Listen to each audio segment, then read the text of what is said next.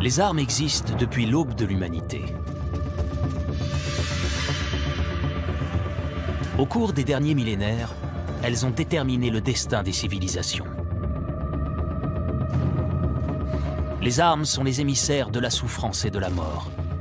Elles symbolisent le mal que l'homme peut infliger à ses semblables. Mais elles ont également vocation à préserver la paix et à ouvrir la voie aux nouvelles technologies.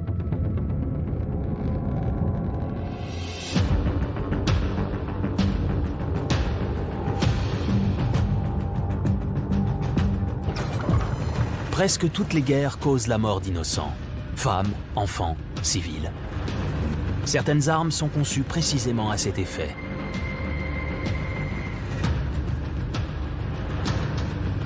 Pourquoi les hommes ont-ils inventé la bombe atomique? L'arme la plus dévastatrice qui soit. Elle peut tout détruire, elle peut anéantir notre civilisation. Comment les armes biologiques et chimiques ont-elles été inventées? Ressortir vainqueur de la guerre est primordial, qu'importe la façon dont vous la gagnez. Qu'est-ce qui a scellé le destin de milliers de personnes vivant dans les villes et les châteaux? Allons voir ça. Notre première arme, le trébuchet. Une arme miracle utilisée lors des sièges au Moyen-Âge.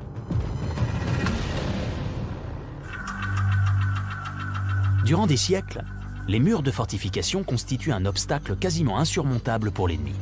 Pour les franchir, des tours de siège sont construites.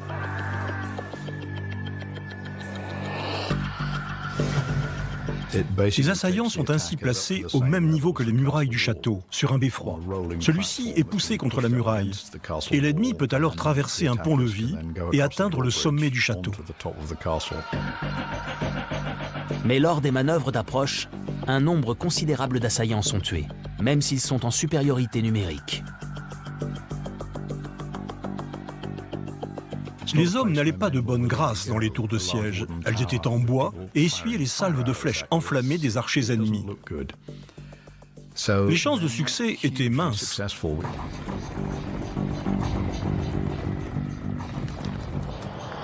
Grâce aux catapultes, les attaques à distance sont moins dangereuses. Elles sont longues à construire, mais ont l'avantage d'épargner la vie des soldats. Au XIIe siècle, une nouvelle technologie de propulsion venue d'Asie conquiert les champs de bataille, le trébuchet. Il en existe une reconstitution à Beckdorf en Allemagne.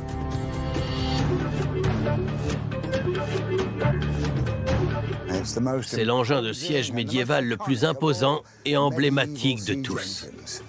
C'était une pièce d'artillerie lourde, bien avant l'époque de la poudre à canon.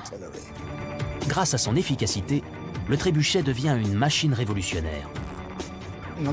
Au bout de cette verge, il y a une pierre posée sur une fronde. Utiliser la fronde permet au bras de faire un mouvement plus long et donc de lancer plus loin. Si vous l'attachez au bout d'une perche, vous aurez un système de levier encore plus grand. C'est ce que nous avons ici. Le problème, c'est que la verge est si longue et si lourde qu'il faut une machine pour l'actionner. Il faut se dire que la pierre est la munition, la fronde est l'arme. Et le gros trébuchet en bois est le moteur qui propulse l'arme. Construire un trébuchet avec des outils médiévaux est un défi.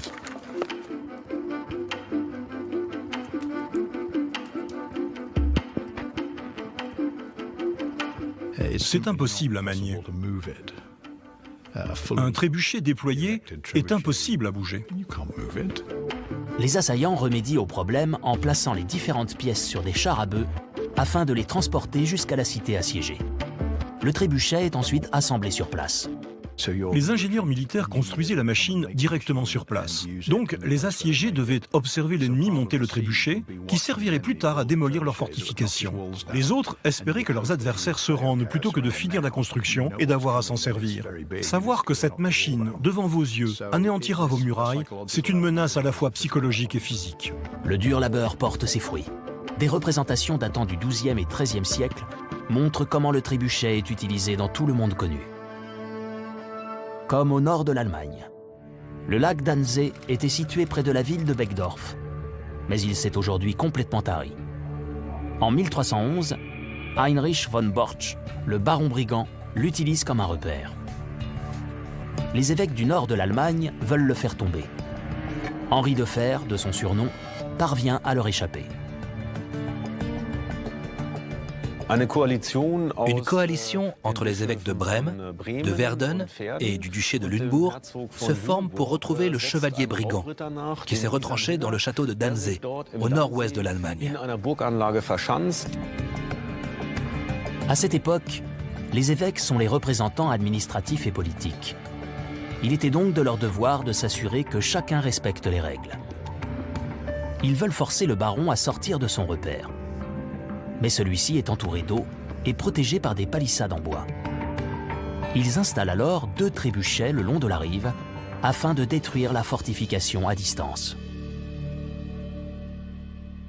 Une machine au pouvoir destructeur. Il suffit de lâcher le contrepoids, lequel bascule vers le bas et propulse la verge avec la fronde. Mais comment est-il possible d'atteindre une cible de cette façon ?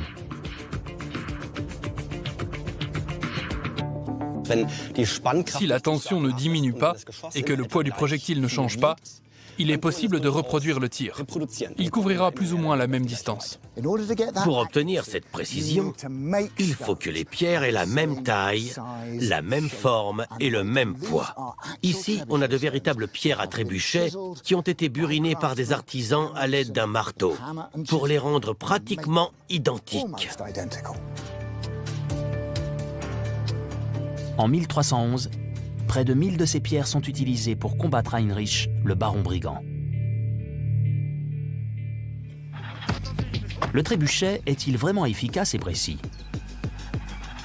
Pour le savoir, une palissade de troncs d'arbres à 150 mètres de distance est installée, comme celle d'Heinrich autour de son repère. 4 mètres de haut et 6 mètres de large. Les troncs sont enfoncés dans le sol à 1 mètre de profondeur. Le projectile du trébuchet pourra-t-il endommager la palissade?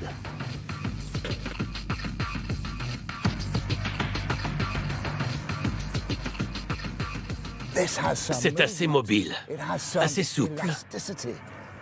Les pierres vont avoir du mal à en venir à bout.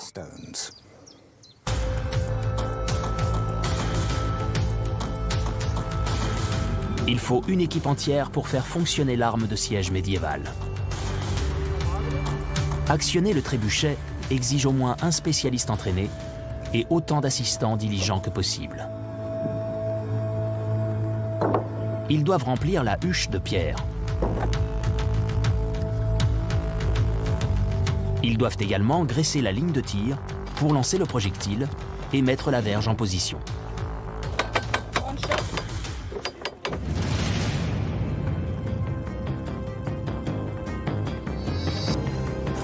Une pierre historique, provenant du siège de 1311 du lac Danzig, servira de munition.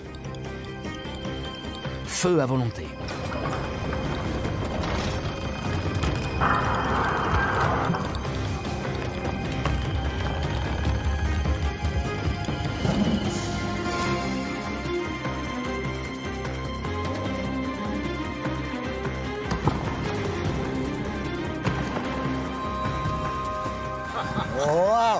C'est passé tout près. Elle a volé dans les airs. Allons voir ça. La pierre s'est enfouie profondément sous terre. Bon sang. Je ne sais pas où est la pierre. Elle est vraiment bien enterrée. Je ne peux pas... Je n'arrive même pas à l'atteindre. Mais les troncs sont toujours debout. Parfois, il leur arrivait d'utiliser le trébuchet pendant des heures ou des jours avant d'arriver au résultat escompté. Le temps, un facteur décisif dans tous les sièges. Sans les catapultes, les sièges peuvent prendre des mois, voire des années. En temps de siège, les légions romaines se servent d'une arme redoutable, la faim, dans l'espoir que la famine poussera leur adversaire au désespoir, les forçant à se rendre.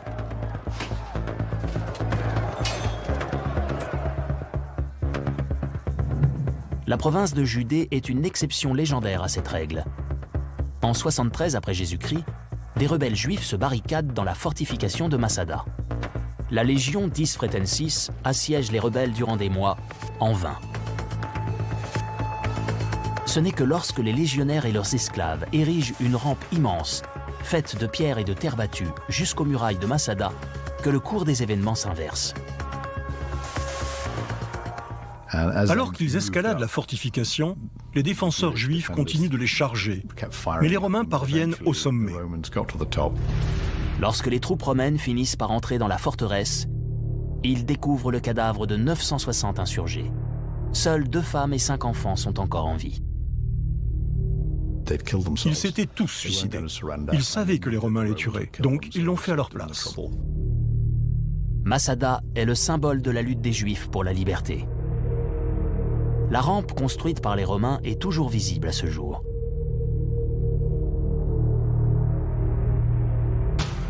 Pendant ce temps, à Beckdorf, l'expérience entame sa 2e phase. Le premier coup a manqué la cible. Il faut viser plus à gauche.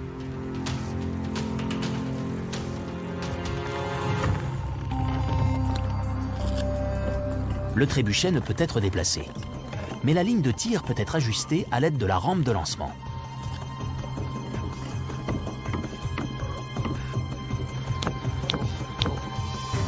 Mike Lodes et son assistant Patrick inspectent ce détail crucial de la machine. Avec ça, on peut déplacer toute la ligne, à gauche et à droite. D'ici, je n'ai pas besoin de beaucoup la bouger, surtout sur une distance Aussi courte? Oui, mais qui fait une différence de plusieurs mètres. Bien sûr. Ouais. Il faut se dire qu'un centimètre ici représente 2 mètres là-bas. J'espère qu'on va y arriver. J'en suis sûr. On va réessayer. Merci.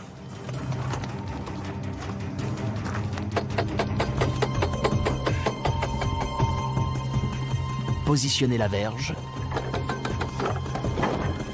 Chargez la catapulte d'une nouvelle pierre. Et feu.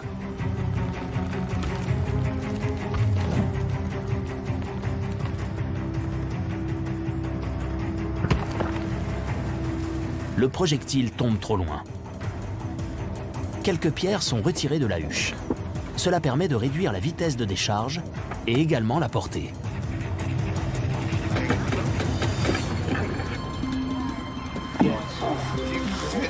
Celle-là, c'est la bonne. Oui. Cela fonctionnera-t-il ?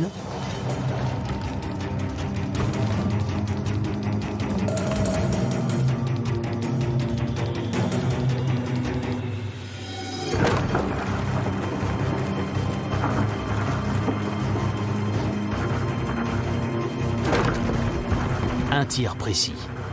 La pierre s'abat droit dans la palissade en bois.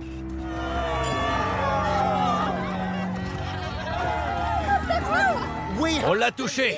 Voyons voir le résultat. Regardez ça. Les troncs d'arbres sont tombés comme un château de cartes, avec une facilité incroyable. Voilà les vrais dégâts, ici, de ce côté. C'est là que la pierre a frappé. Elle a complètement brisé le tronc. Maintenant que le mur est endommagé, l'ennemi peut accéder à l'intérieur.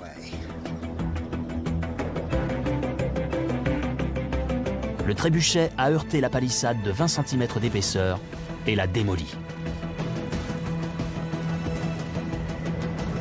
Tout comme il l'aurait fait au Moyen-Âge. À l'époque, les troupes des évêques du nord de l'Empire germanique parviennent à faire céder la palissade du baron brigand à l'aide de 2 trébuchets. Henri de Fer est jeté au donjon. Mais la destruction n'est pas toujours l'objectif des sièges.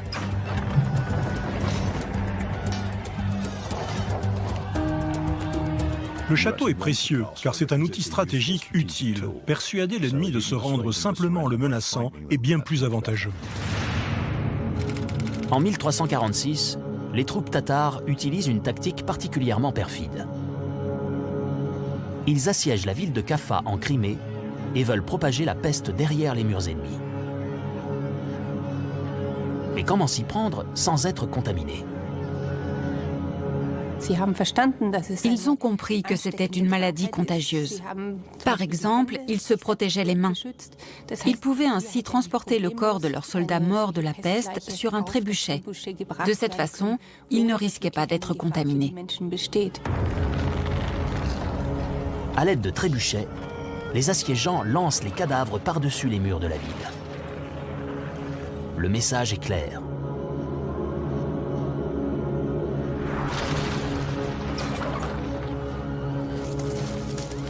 Rendez-vous maintenant, ou nous vous tuerons tous. C'est une technique de siège classique à la fois psychologique, biologique et incroyablement barbare.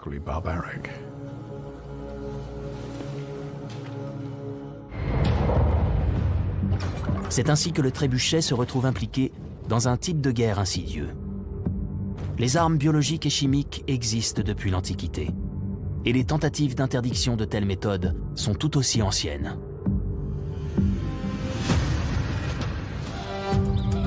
Grèce, 6e siècle avant Jésus-Christ.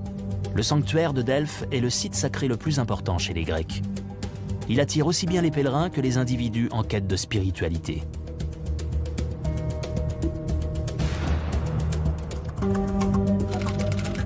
Les habitants de la ville de Syra tirent profit de ces pèlerinages en imposant un droit de passage. Plusieurs cités grecques, dont Athènes, forment une armée pour libérer Delphes de l'emprise des Syriens. Peu après, ils assiègent Syra. Selon les archives historiques, les assaillants se servent d'une arme extraite directement du sol. Ils lancent des racines d'Ellébore dans la rivière de Pléistos qui traverse la ville de Syra. Une attaque aux conséquences terribles. L'empoisonnement à cette plante provoque des vomissements, des nausées, des vertiges et bien sûr des diarrhées. C'est bien connu, les vomissements et les diarrhées provoquent une déshydratation après un certain temps et le corps s'affaiblit. La moitié des habitants de Syra se retrouvent alités. Il leur est impossible de défendre leur cité plus longtemps. Les assaillants les tuent tous et rasent la ville. Quels que soient les moyens employés pour avoir l'avantage sur l'ennemi, tout ce qui pourrait le desservir, le décourager ou l'affaiblir est bon à prendre. Car ce qui est primordial, c'est de sortir vainqueur de la guerre, qu'importe la façon dont vous gagnez. La bataille de Xiangyang est un autre exemple de guerre biologique.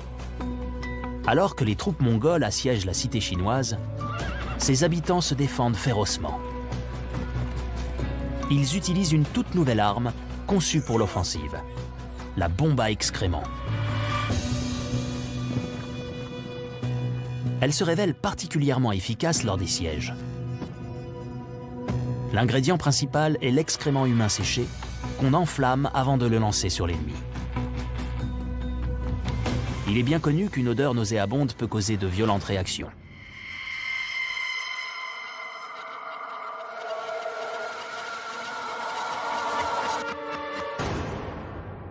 Mais une arme pestilentielle est-elle réellement suffisante pour mettre l'ennemi en déroute? Des documents chinois médiévaux décrivent la fabrication de ces bombes. Le spécialiste en armes, Mike Lodes, veut concocter la recette. L'arme puante a été pour la première fois utilisée en Chine en 1044. Il existe de nombreuses recettes avec toutes sortes d'acides et de plantes. En voici une couramment utilisée, l'aconite. Ces racines sont mortellement toxiques. Si on les ingère, elles peuvent provoquer des hémorragies digestives. L'estomac et les intestins se mettent à saigner, ce qui cause une douleur intense. Un autre ingrédient utilisé était l'héliocopris, des scarabées. Ces vilaines petites bêtes. Elles se nourrissent de déchets et absorbent le poison. Donc, quand on les découpe, toutes leurs propriétés toxiques se dégagent. L'huile d'abrasin mortellement toxique provient de l'arbre Tung dans le sud-est de l'Asie, en Chine. La chaux, du simple calcaire. Mais une fois chauffée à très haute température, ça devient une substance mortelle. Elle se mélange aux parties humides du corps, comme les larmes des yeux, la muqueuse nasale ou encore la salive de la gorge. Ça devient alors un acide mortel. Ce sont toutes des substances nocives. Elles sont mélangées et jetées avec de l'excrément humain. Je suis ravi, j'ai eu le droit à du crottin de cheval en guise de combustible pour réaliser cette expérience. Une fois séché, ça devient un combustible qui dégage une odeur désagréable en s'enflammant. C'est l'excrément brûlé qui crée la fumée, et cette dernière comporte les substances toxiques des plantes et des scarabées. C'est ce qui pénètre dans les yeux de l'ennemi, dans leurs poumons et leur estomac, jusqu'à les faire abandonner leur baraquement ou leur navire. Le but des bombes puantes était de chasser les gens sans tout détruire. Ce type de guerre chimique est atroce, dégoûtante, lâche et honteuse. Les recettes varient. Les guerres biologiques et chimiques débutent par de nombreuses expériences malodorantes.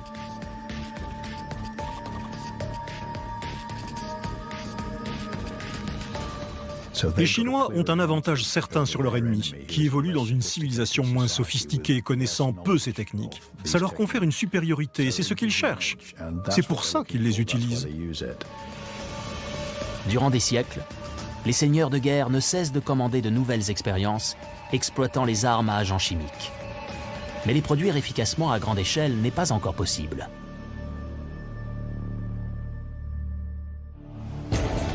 L'attaque biologique la plus importante de l'histoire est arrivée par accident. En 1492, Christophe Colomb ne débarque pas en Inde, comme il le pensait, mais arrive sur un tout autre continent. Pour la population indigène, c'est le début d'un cataclysme. Des Européens, toujours plus nombreux, partent pour l'Amérique. Ils apportent avec eux des bactéries et des virus dangereux pour les populations indigènes d'Amérique, dont le système immunitaire n'est pas en mesure de les défendre. En l'espace de quelques décennies, jusqu'à 15 millions d'Amérindiens meurent de la rougeole ou de la grippe.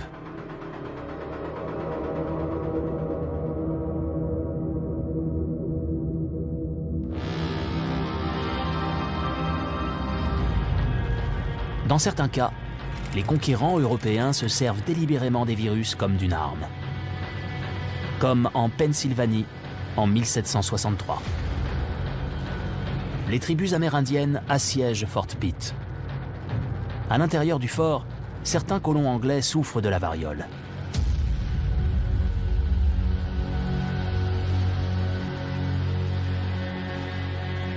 Jeffrey Amherst, leur commandant en chef, connaît les effets désastreux de la variole sur les tribus amérindiennes. Il donnait volontairement des couvertures utilisées par des malades de la variole aux tribus amérindiennes qui n'avaient pas les anticorps adaptés pour combattre cette maladie. Et la plupart d'entre eux l'ont contractée. C'est une guerre biologique ciblée. Les Amérindiens sont forcés de mettre fin au siège de Fort Pitt.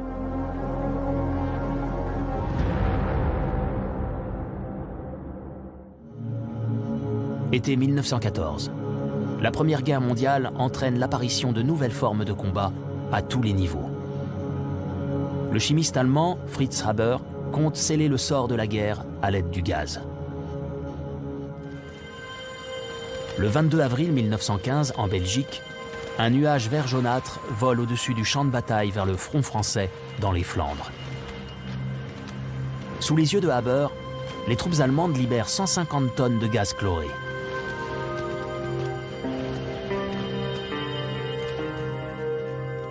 Le gaz de chlore est simplement un dérivé de la fabrication de colorants de synthèse.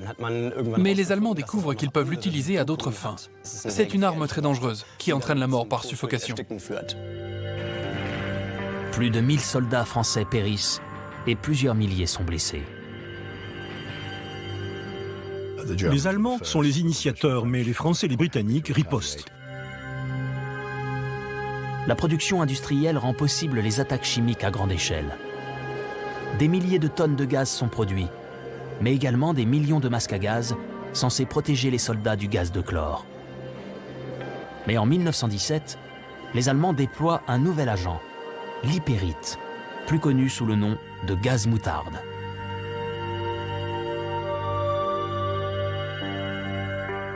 Le gaz moutarde est extrêmement efficace, car il réagit au contact de la peau.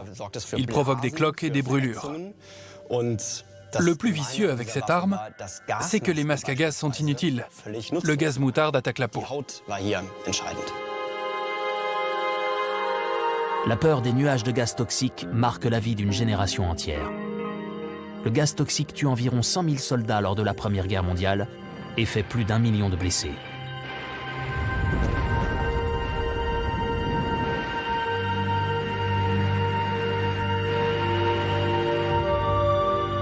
Shirley Millard, une infirmière américaine, relate le quotidien de cette guerre du gaz dans son journal intime. Ils luttent pour respirer, mais on ne peut rien faire. Leurs poumons sont détruits, littéralement brûlés. Certains ont les yeux et le visage entièrement rongés par le gaz.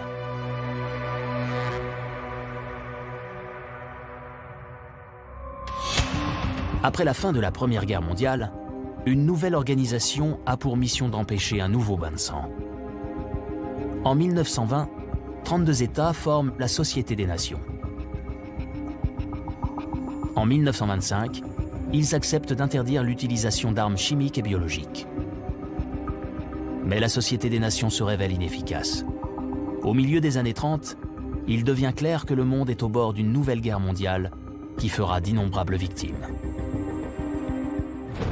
25 juin 1945. En Europe, c'est la fin de la Seconde Guerre mondiale. 50 pays fondent les Nations Unies à San Francisco. Cette nouvelle organisation vise le même objectif que la précédente, maintenir la paix. Une paix vouée à durer.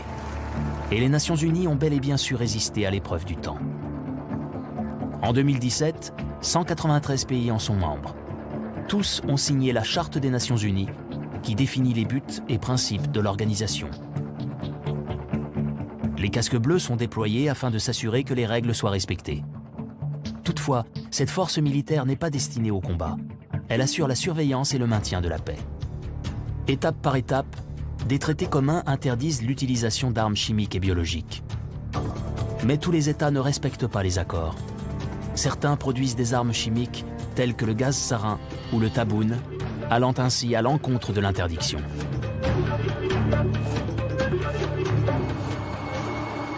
Cela reste l'un des plus grands mystères de la Seconde Guerre mondiale. La guerre est féroce des deux côtés, mais aucun agent chimique n'est utilisé.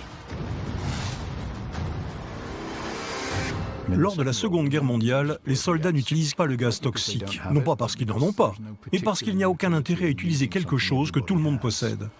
Ça n'avantage personne d'un point de vue stratégique.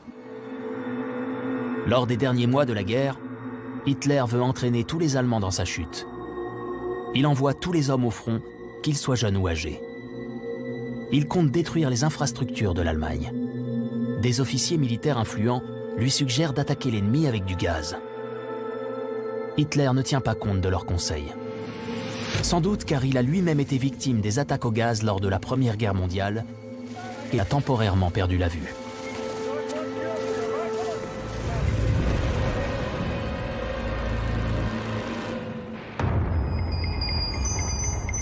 Les Allemands évitent une contre-attaque des Alliés qui aurait probablement impliqué l'utilisation de gaz toxiques ainsi que d'agents chimiques. Le bacille du charbon, une bactérie en forme de bâtonnet.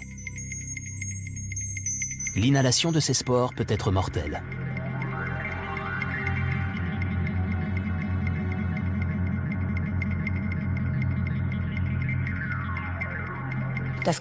Le problème, c'est que le temps que les symptômes se manifestent, la maladie a eu le temps de progresser. Même si elle est détectée rapidement, il est déjà trop tard pour la traiter.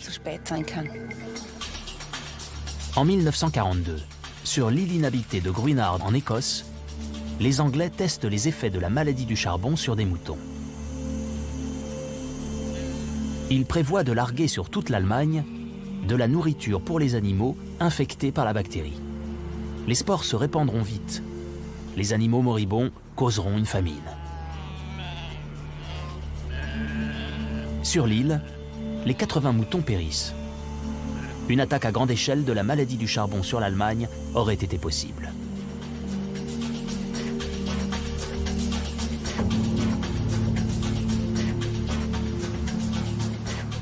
Les Anglais se sont probablement dit que si les Allemands venaient à utiliser ce type d'armes contre eux, ils voulaient pouvoir riposter immédiatement.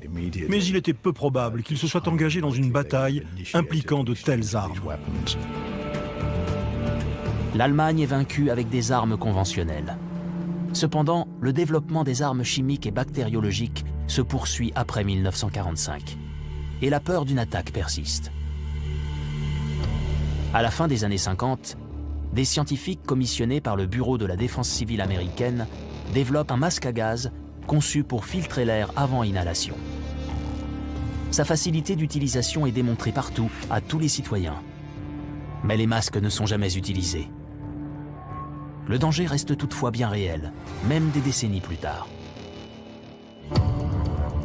2001, à New York, une semaine après les attaques terroristes du 11 septembre.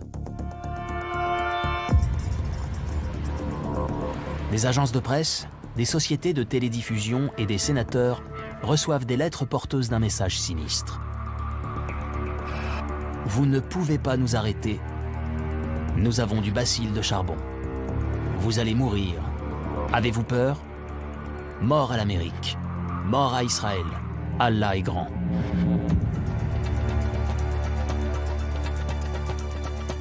Les lettres contiennent des spores bactériennes. 22 personnes sont infectées, 5 d'entre elles décèdent. Est-ce une nouvelle attaque orchestrée par les terroristes d'Al-Qaïda? Le président George W. Bush reste ferme. American people need to go about their lives. We cannot let the terrorists lock our country down. Mais la situation est tout autre. Le FBI pense que les spores proviennent d'un laboratoire du Maryland. Le scientifique Bruce Edwards Ivins devient leur principal suspect. Mais il se suicide avant qu'ils puissent l'interroger. L'identité de l'expéditeur de ces lettres piégées demeure inconnue, ainsi que ses motivations.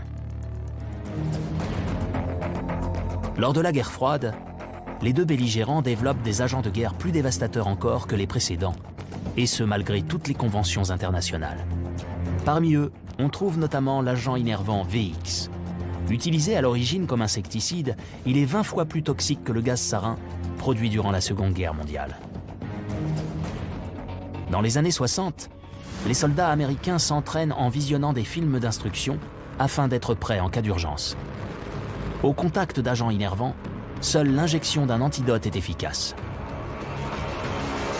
Encore faut-il que ce soit le bon. 16 mars 1988, sous le régime de Saddam Hussein, la force aérienne irakienne largue des bombes au gaz toxique sur la ville de Halabja. Le dictateur suspecte les Kurdes de fuir le pays et exige qu'ils soient punis. 3 000 à 5 000 personnes, hommes, femmes et enfants, périssent.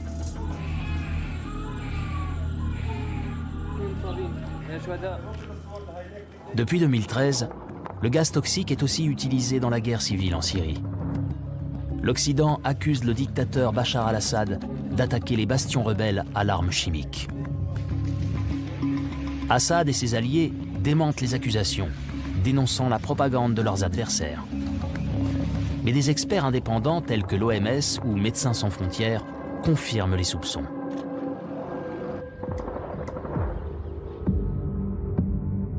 Mais pour les grandes puissances du XXe siècle, l'arme de destruction massive la plus importante n'est ni biologique ni chimique.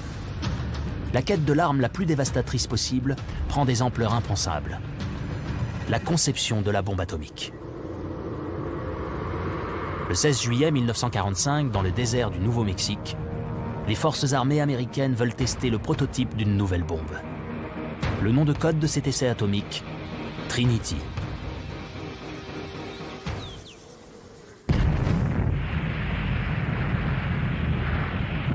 C'est la première bombe atomique de l'histoire. Elle marque le début d'une nouvelle ère. À Los Alamos, au Nouveau-Mexique, d'éminents scientifiques ont travaillé inlassablement sur la bombe afin que les États-Unis puissent être en sa possession avant l'Allemagne.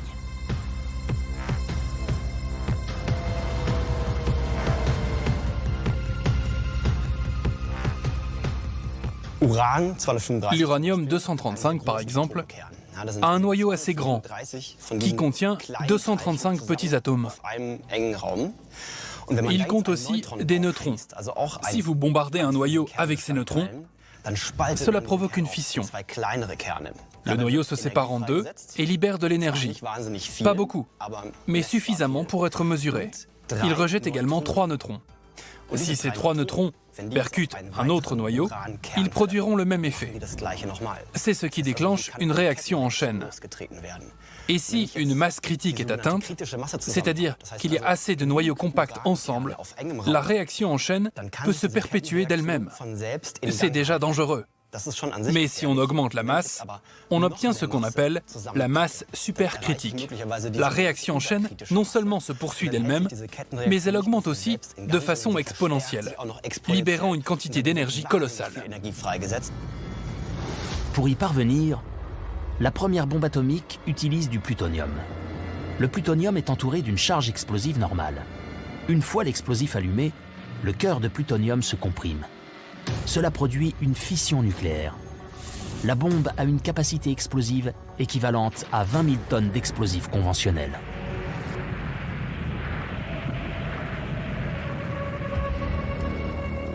L'armée américaine a identifié diverses cibles d'attaque nucléaire en Allemagne.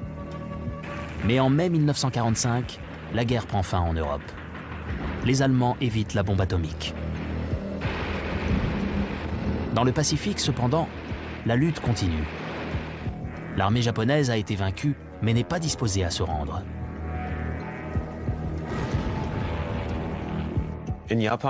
Les Japonais sont persuadés que capituler est déshonorant. Ils pensent qu'ils doivent à leur empereur de se battre jusqu'à la fin, quitte à se sacrifier. Et donc mettre à genoux un pays comme le Japon est très compliqué. Le président américain Truman ordonne le largage des bombes atomiques sur le Japon.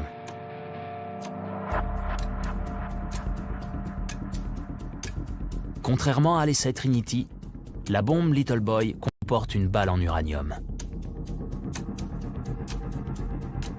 Afin d'atteindre la masse critique d'uranium, la balle contient un cylindre d'uranium supplémentaire.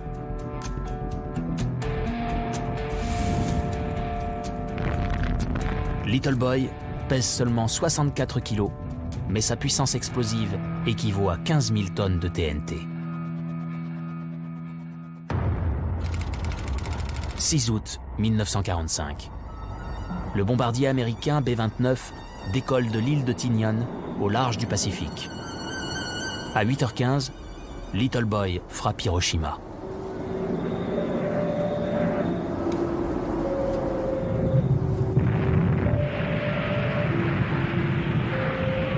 Trois jours plus tard, Fat Man, la bombe enrichie au plutonium, explose sur Nagasaki.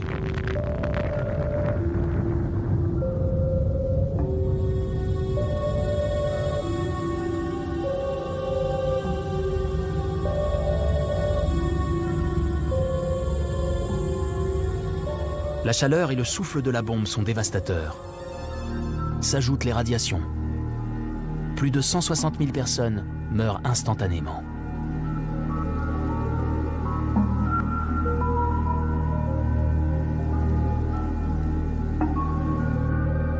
Le ministre japonais des Affaires étrangères signe les actes de capitulation le 2 septembre 1945.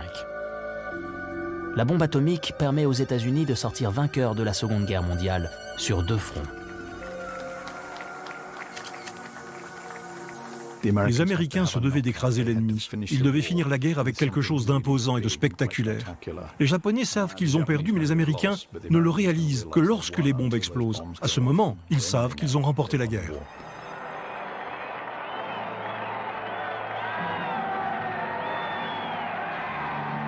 Tout ce qui reste d'Hiroshima et Nagasaki sont des ruines contaminées. Dans les mois et les années qui suivent les attaques, des dizaines de milliers de personnes meurent à cause des effets à long terme des bombardements. le syndrome de l'irradiation aiguë est la cause de décès la plus fréquente. Les radiations nucléaires perturbent la prolifération des cellules. Les victimes peuvent se mettre à saigner du nez et des muqueuses buccales. Elles affectent la villosité intestinale et tout l'appareil gastro-intestinal. Les radiations s'attaquent principalement au sang. Le nombre de globules rouges et de plaquettes chute.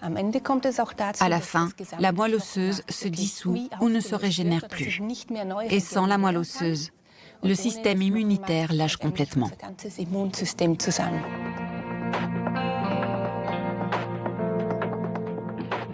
On peut essayer de stabiliser l'hémogramme. On peut faire une greffe de moelle osseuse. Mais tous les symptômes et la progression de la maladie dépendent de l'intensité et de la durée d'exposition aux radiations. Durant des décennies, les habitants d'Hiroshima et Nagasaki développent plus de cancers que le reste de la population mondiale. La bombe atomique n'a été utilisée que 2 fois, mais les horreurs qu'elle a causées laissent une marque indélébile sur toute une époque. Le 25 juillet 1946, l'armée américaine conduit un autre essai nucléaire avec la bombe Baker. À cette époque, seule une poignée de personnes sait que la course à l'armement est activement menée.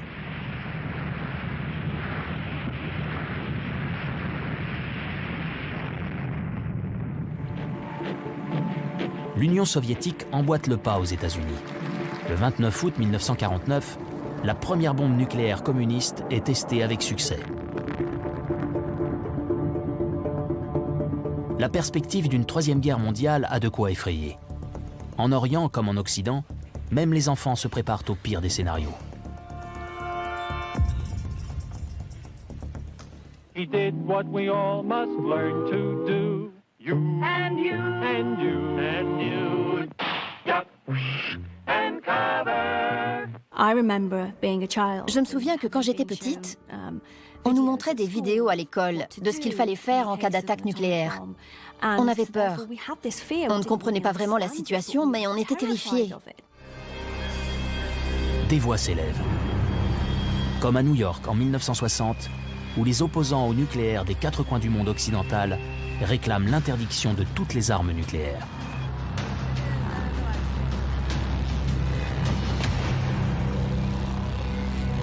Les gens ne se disent pas « ça ne touche que ceux qui font la guerre ». L'arme nucléaire peut tout détruire. Elle peut anéantir notre civilisation entière. C'est presque devenu la peur ultime. Mais les manifestations n'aboutissent pas.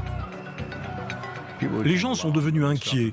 Ils ont commencé à penser au désarmement, à penser à la paix et aux moyens d'éviter une guerre potentielle. Le problème, c'est que ceux qui y pensaient le plus clairement étaient bien sûr les militaires et les politiques. Ils ont conclu que la meilleure façon d'arrêter la guerre était d'être si puissant que personne n'oserait en commencer une. Les superpuissances continuent de s'armer. Ils développent des bombes à hydrogène, aussi appelées bombes H, 1000 fois plus puissantes que les bombes atomiques larguées sur Hiroshima et Nagasaki. L'humanité est désormais capable de s'autodétruire.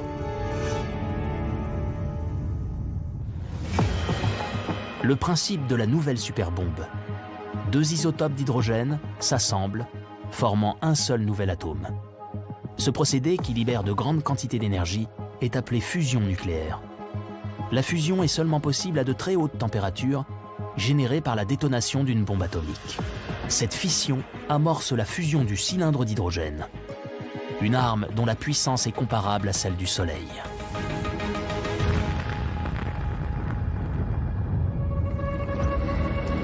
Dans les années 1980, l'Union soviétique et les États-Unis détiennent un arsenal de plus de 70 000 armes nucléaires.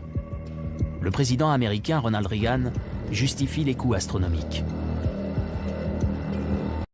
That budget is much more than a long list of numbers.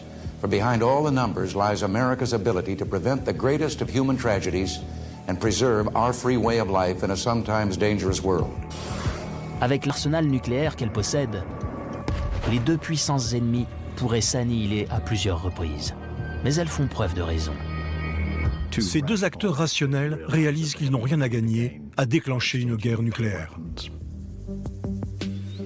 Au laboratoire Lawrence Livermore en Californie, les essais nucléaires du passé peuvent être observés encore aujourd'hui.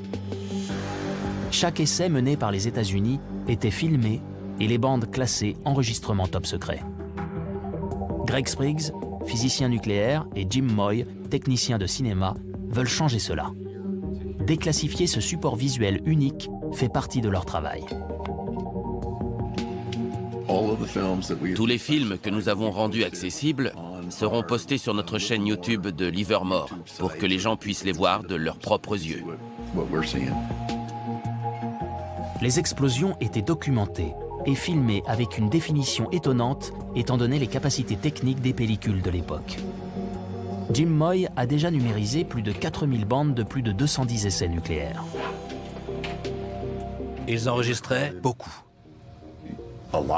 Et je ne sais pas s'ils ont anticipé la manière dont ça allait être utilisé plus tard.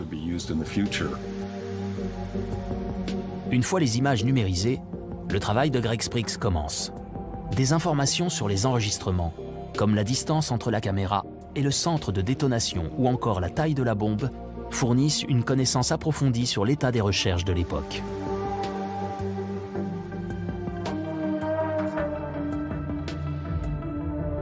Les 2 seules fois où la bombe nucléaire a été utilisée remontent à plus de 70 ans.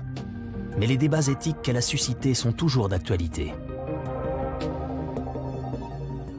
Ils ont tué beaucoup de gens, c'est vrai. Mais dans un sens, la bombe a sauvé des tas de vies parce qu'elle a permis d'arrêter la guerre plus tôt. Qui sait combien de temps encore les Japonais se seraient battus si cette arme n'avait pas été larguée sur eux. Greg Spriggs ne documente pas seulement l'histoire. Il est convaincu que nous pouvons améliorer les bombes nucléaires en étudiant davantage leurs effets.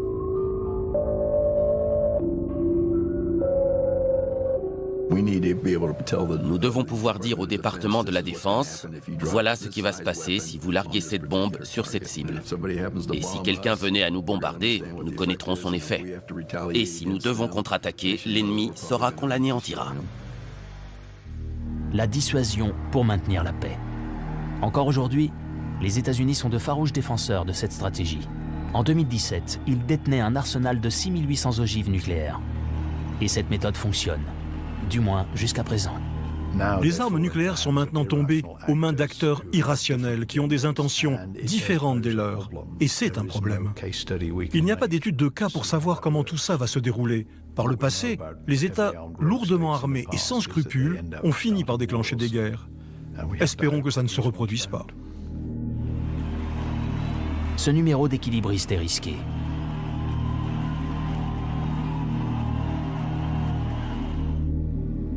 Près de 15 000 armes nucléaires réparties au sein de 9 pays sont supposées garantir la sécurité de notre planète.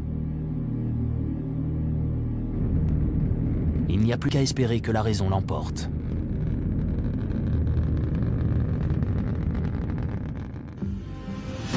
D'un autre côté, il existe de nouvelles armes qui peuvent aussi frapper des nations entières, avec des répercussions fatales pour des millions de personnes. La numérisation a atteint presque tous les domaines de la vie. Cela s'applique aussi à l'industrie des armes.